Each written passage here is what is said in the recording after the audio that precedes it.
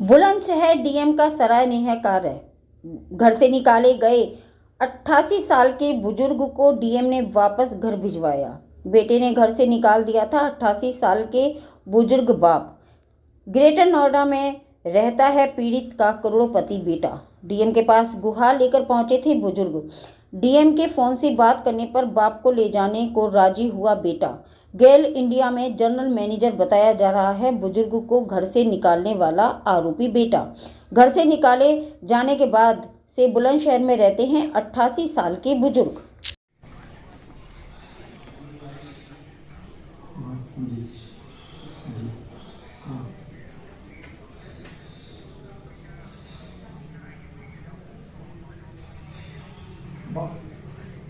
भाई जबरदस्ती क्या, जब आपका व्यवहार खराब है आप मुझको हमको दे दो। हेलो, आप एक काम करिए, एक दिन आप आ जाइए इनके पास, ठीक है? चल मेरे मान जाएंगे, पिता है, थोड़ा रोएंगे कराइए। बिल्कुल हमने कह दिया। अब आप जान रहे हो उनकी अवस्था 60 साल से ऊपर की। हाँ मालूम।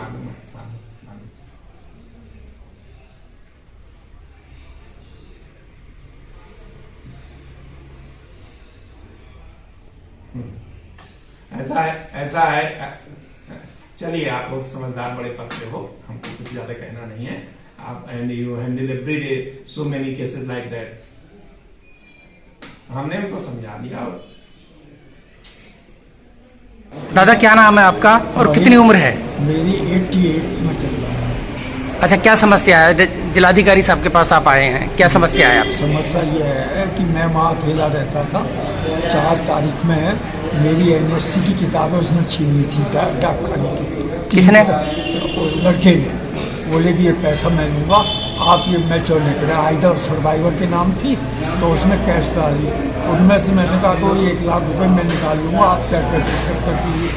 उसने दस्तखत कर दिए थे। मैंने 1 लाख रुपये उसकी किताब से, उसने जो तीनों मेरी एनएससी की किताबें थी ना, अपने अकाउंट में डाल दिया था आइडर सर्वाइवर के नाम से। तो 4 तारीख में, पहली तारीख में लौट गए थे। बरसी माँ थी मिसिस की, तो ये लोग 28 में आए थे और पहली में लौट गए थे। फिर 4 तारीख में जैसे ही मैंने 1 लाख रुपये निकाले तो बहुत गुस्सा हुए। बोले कि आपने क्यों निकाले? मैंने कहा मेरी 3 लाख की किताबें थी तो मैं जबरदस्ती छीनी है, मैंने तो 1 लाख निकाला। तो आते के साथ में चाटे मारे और जो अलमारी में जितना कैश था सब ले गए। और जिनके पैसा कहने लगी अब मकान खाली कीजिए, आप उस मकान में निकालिए। अच्छा, आप डीएम साहब के पास आए, आपके बेटे से डीएम साहब ने बात की, तो किस तरह की बातें हुई?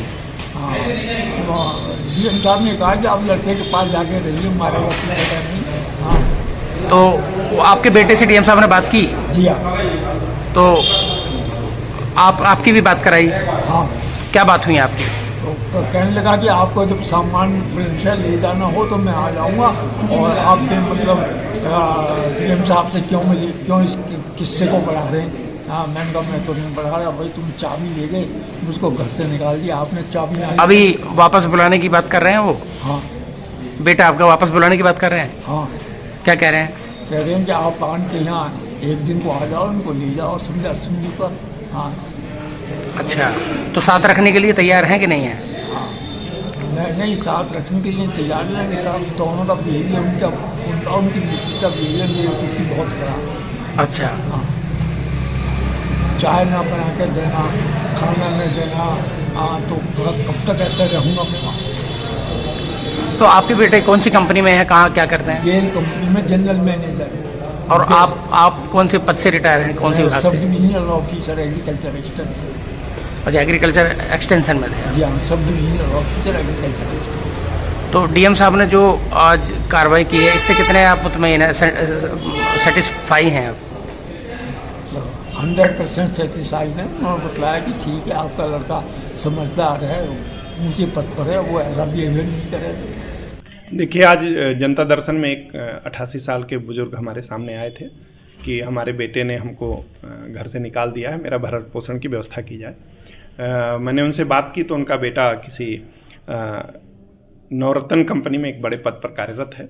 मैंने उनसे नंबर लेकर के उनसे बात की उनके बेटे से, और बात के दौरान यह समझ में आया कि पुत्र और पिता में किसी बात को लेकर के भयंकर कम्युनिकेशन गैप है, दोनों की वार्ता कराई गई है और वो आएंगे अपने बेटे को अपने पिताजी को लेकर के जाएंगे। और मैंने उनके पुत्र को भी समझा दिया है कि अगर अपने पिताजी का सम्मान नहीं करोगे तो आपके भी 2 बेटे हैं, भविष्य में वो आपका भी सम्मान नहीं करेंगे।